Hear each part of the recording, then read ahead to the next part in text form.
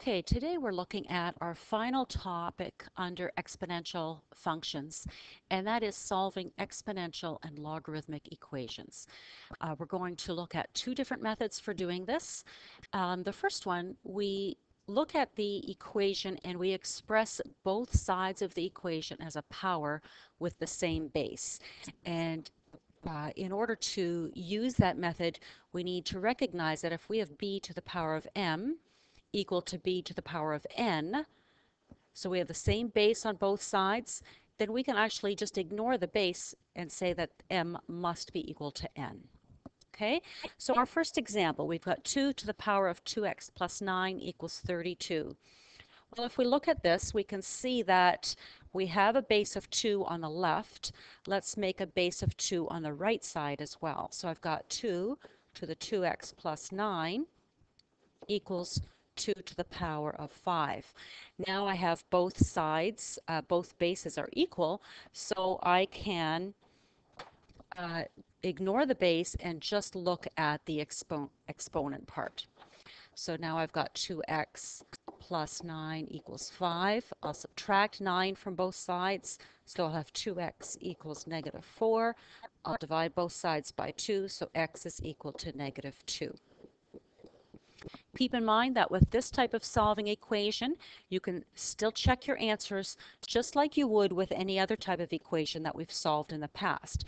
We can just take a look at the left side of the equation and say, well, 2 to the power of 2, and we're saying that x is negative 2, so 2 times negative 2 plus 9.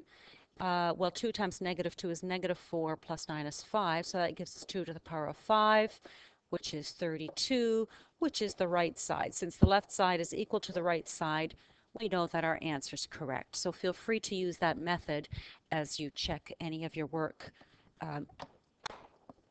in this topic. Here's a second example. I've got 27 to the power of x plus 5 equal to 9 to the power of x minus 2. Now here I look at these two. In the first example, we had 2 as the base. We need to look at what could be the base for each of these. Well, 27 is actually 3 to the power of 3 to the x plus 5.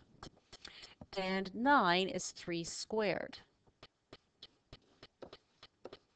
And it's to the power of x minus 2.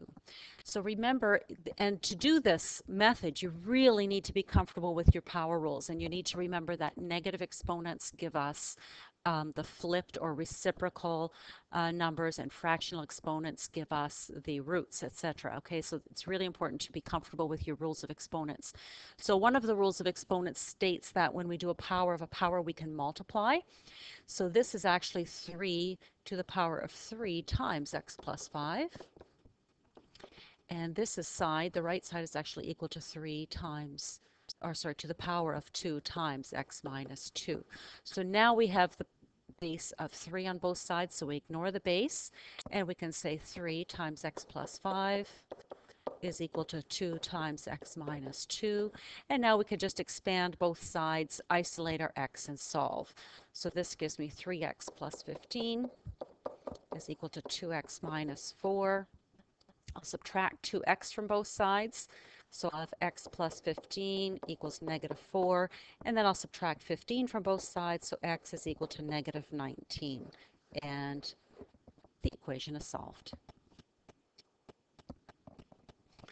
Our second method for solving exponential functions is one that you're going to need to use more often, because it's not that many equations that can be solved by bringing both sides to the same base. The following examples are much more common. So we're going to do this using either the common or natural logarithms. And the reason we do that is that those are the logarithms that we know the values of, or can easily find the values of, using our calculators. Recall from class time that we talked about how the calculators only have natural logarithms and common logarithms built into them. And every exponential equation can be rearranged to use either natural or common logarithms. So in this first example, we're going to use the natural logarithm. So I have an exponential equation. What I'll do is I'll just take the natural log of both sides. So I have the natural log of 3 to the power of x equals the natural log of 17. Now using our logarithm rules, this exponent of x on the left side can actually be brought out front as a coefficient. So that gives us x times the natural log of 3 is equal to the natural log of 17. Well, if I divide both sides, remember the natural log of a number is actually just a number. If I divide both sides by the natural log of 3, I get x is equal to the natural log of 17 divided by the natural log of 3. Now that's an exact answer. The approximate answer, you would use your calculator, and if you're using the graphing calculators, notice that it gives you opening brackets when you use the natural log button. Make sure you close that bracket before you do the next operation. So you would do the natural log of 17, close the bracket, divide by, and then the natural log of 3. And even though you don't need to close the last bracket, it's still a really good habit to get into, especially as we get to the more complicated questions coming up. If we do this using our calculators, we'll get that x is approximately equal to, so we're going to round, and generally we round these to 2 decimal places, so approximately 2.58. So again, we have an exact answer, the natural log of 17 divided by the natural log of 3, and we have an approximate answer, 2.58. Our next example is 10 to the power of x equals 672,000. Since we have 10 as a base there, we may as well use the common log for this one. So if we take the common log of both sides, so that's the log of base 10. So we're doing the log base 10 of 10 to the power of x equals the log base 10 of 672,000. Now again, we'll use that rule of exponents here, and we can pull that x out front. So we have x times the common log of 10 equals the log of 672,000. And notice this, the log of base 10 of 10, that's actually equal to 1. So we have x times 1, or x equals the log of 672,000. So now again, we can use our calculators, and our calculator will give us an approximate answer again. And if you think about what answer makes sense, if you think of 10 to the power of 5 will give you 100,000. 10 to the power of 6 gives you 1,000,000. 672,000 is between those two numbers, so we're going to get an approximation that's between 5 and 6, and we end up with 5.83.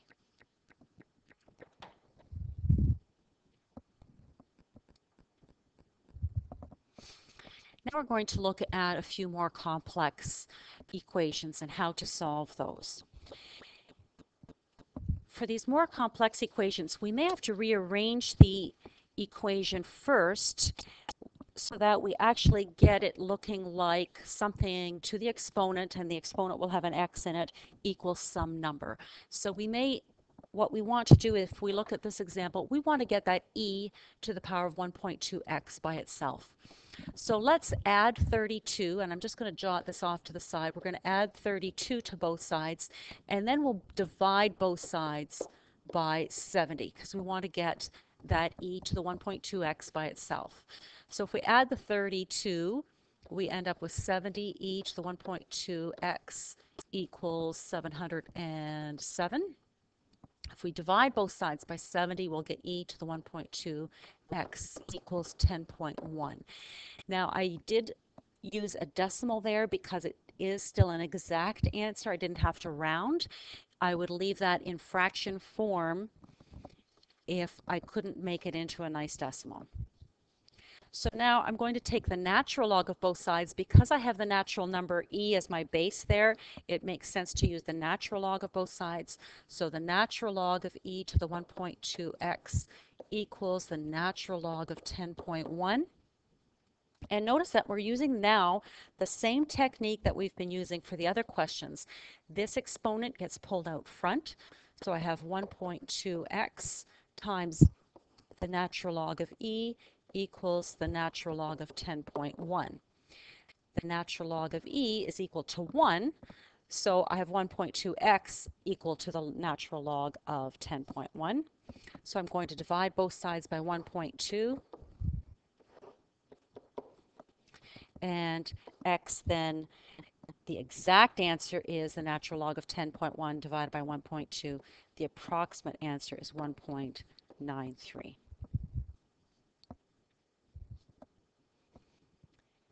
And our final example, lots of fun with this one. I've got 6 to the power of 3x minus 1 equals 9 to the power of 2x plus 4.